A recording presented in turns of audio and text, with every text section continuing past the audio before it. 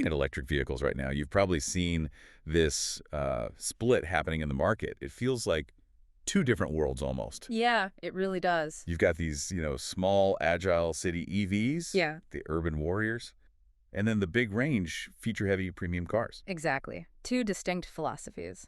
And look, our mission today is really to help you figure out which approach makes more sense for you.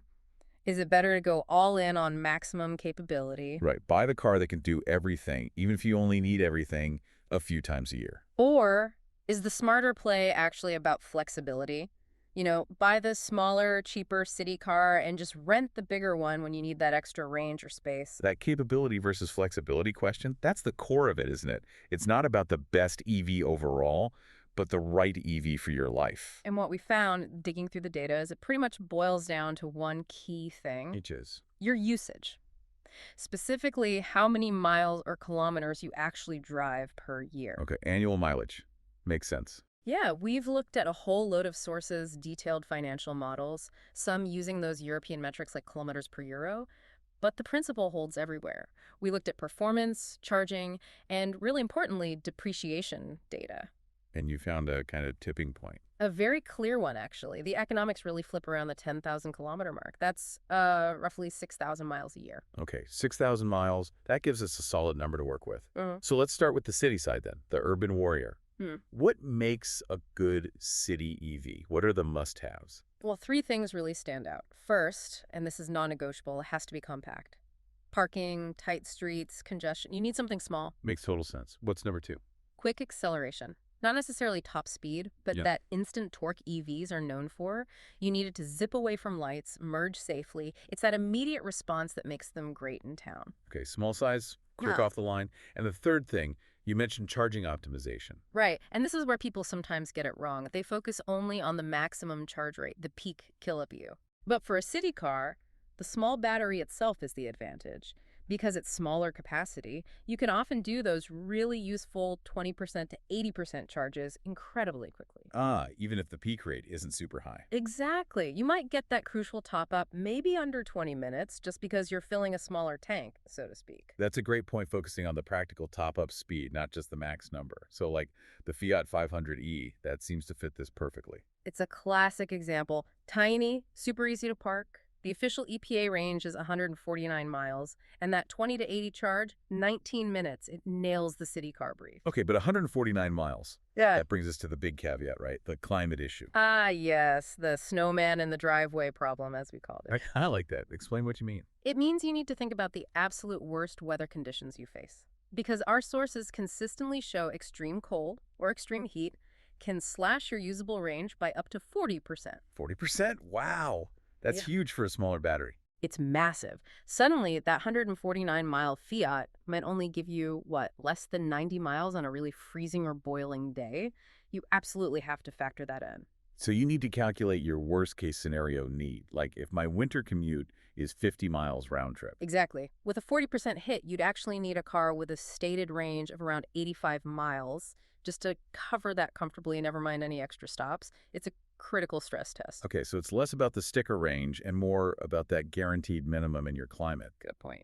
What about city cars that offer maybe a bit more practicality but are still fairly compact? Yeah, there are some strong contenders. The Hyundai Kona Electric often gets mentioned. Starts under $33,000 roughly. Its big plus is cargo space, really good for its size, budget-friendly practicality. Okay, Kona. And the Kia Niro EV, bit more expensive, around $39,600. Yeah, and the Niro has a really interesting feature, V2L, vehicle to load. Where the car can power other things. Exactly. Laptops, tools, camping gear, you name it. It turns the car into a sort of mobile power bank, adds a layer of utility you don't often see in this class. That's genuinely useful. And then, of course, there are cars that are compact but definitely premium, like the Volvo EX30. Right. Starts higher, $46,000 plus. It's small enough for the city, but it's packing premium stuff. Performance version does 0-60 in like 3.4 seconds. Wow. And fast charging to 20-80% in 16 minutes. So it's kind of a blend. City size, but with some road warrior DNA. That speed is nice, but if we're talking premium tech that really changes the game for long-distance driving, the reason someone might pay premium for a road machine we need to talk about 800-volt architecture, right? Like in the Genesis GV60. Oh, absolutely. The 800-volt system versus the standard 400-volt, it's a huge deal for people doing serious mileage. So it's not just double the voltage. What does it mean practically? Think of it like widening the pipe the electricity flows through. It means the car can accept energy much, much faster at those high-power chargers. The GB60, for instance, can go from 20% to 80% in about 11 minutes. 11 minutes, seriously. Seriously. And it manages heat better, too, so it can often sustain that high charge rate for longer than a 400-volt car might. That heat management is key. Okay, 11 minutes. That's barely a coffee break. That's not just convenience, that's fundamentally changing the road trip experience. Yeah. That feels like something worth paying extra for if you travel a lot. It absolutely is. For the high mileage driver, it's about minimizing downtime and stress. And they also need the range itself, of course. Right, cars like the Tesla Model 3 long range, 358 miles EPA. Or the Hyundai Ioniq 6, 361 miles. Even the Mercedes EQS pushing up towards 450 miles. That kind of range just melts away anxiety on long hauls. And the charging network itself matters too. Faster charging is great, but you need reliable stations. Access to something like the Tesla supercharger network is a big part of that premium value prop. Definitely. Network reliability is crucial. When you're doing long trips frequently, saving even 15 minutes per charging stop adds up incredibly quickly over a year. It's time, it's reduced stress, that justifies the cost for the right user. Which brings us right back to that financial threshold. When does paying for all that premium capability make sense, and when is it, well, overkill? It all comes back to the annual mileage. Let's look at scenario A, low to moderate usage. Okay, this is our city driver. Maybe 5,000, 6,000 miles a year, max. Lots of short trips. Exactly, up to about that 8,000 to 10,000 kilometers or 6,000 mile mark. For this group, the data is really clear.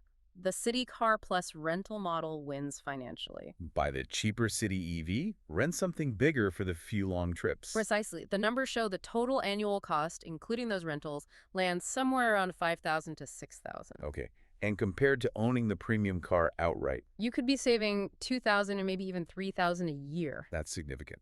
But hang on, what about the hassle factor of renting? Booking, picking up, dropping off, making sure the rental's charged. Does the saving really outweigh that friction? That's a fair question. The friction is real.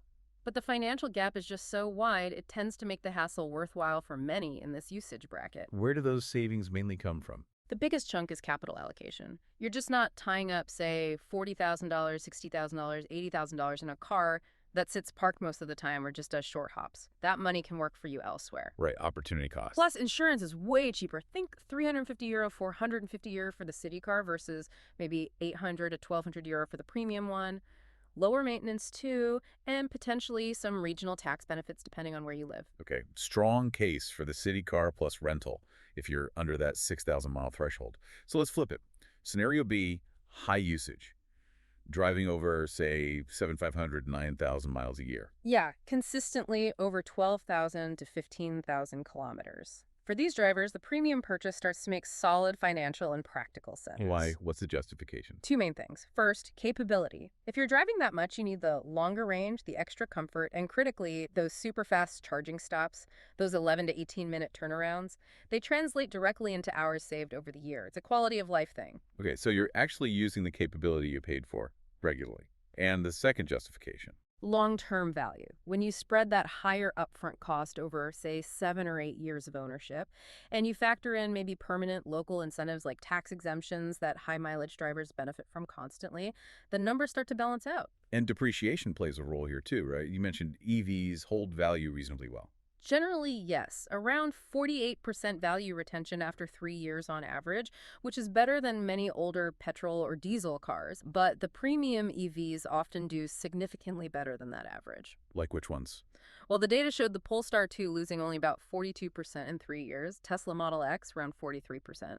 The real standout was the Porsche Taycan, losing only 37%. Okay, 37% loss on a Taycan is still a lot of cash though, isn't it?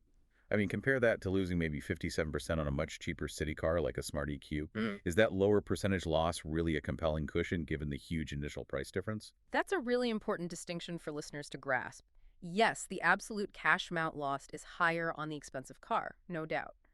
But the rate of loss relative to what you paid initially is much lower for something like the Taycan, 37%, versus 57% for the Smart. So the premium card holds its value better proportionally. Exactly. It means that while you spent more up front, you get a larger chunk of that back relative to the initial price when you sell or trade it in. For the high mileage driver who needs the capability anyway, this stronger resale value helps offset that initial investment. It acts as a better financial hedge over time, assuming you have the capital initially. Got it. So the high mileage user gets the needed features and better depreciation protection relative to the purchase price. Okay, this paints a pretty clear picture then. Yeah, I think the deep dive really confirms it. It's about matching the tool to the job, your driving pattern. So to summarize, driving less than around 10,000 kilometers or 6,000 miles a year. Maximize flexibility. Go for the City Car Plus rental strategy. Save capital, lower running costs. Driving more than, say, 15,000 kilometers or 9,000 miles a year. The premium EV investment is likely justified. You're paying for capability you'll actually use frequently, plus better comfort, faster charging, and that stronger residual value. The bottom line seems to be, don't pay a premium for battery range and features you simply won't use regularly. Be honest about your needs. Absolutely. But there's one final check everyone needs to do, especially if leaning towards the city car. Which is? Circle back to that snowman in the driveway. That 40% potential range reduction in extreme weather. Before you commit, verify that even with that worst case hit, the car still meets your absolute minimum required range for essential trips. Use those online calculators that factor in temperature. Exactly. Double check that your chosen car, especially a smaller battery one, won't leave you stranded or stressed on the coldest or hottest day of the year. It's a crucial final sanity check. That is invaluable advice. A practical last step. Well, this has been fantastic, really breaking down the strategy and the financials behind choosing between a city EV and a premium one. Hopefully, this gives you, the listener, a clearer roadmap. Yeah, it's been great digging into the numbers and trying to build something genuinely useful. We really appreciate you joining us for this analysis. And if you did find this deep dive helpful, please do consider following the channel. We try to bring these kinds of curated knowledge shortcuts regularly. And, we hear from some listeners that tuning into these discussions can also be a pretty good way to brush up on English, especially if it's not your first language while getting informed. That's true. So multiple benefits, perhaps. Again, thank you so much for your time and attention today. Thanks, everyone. Until next time, drive safe and make informed choices.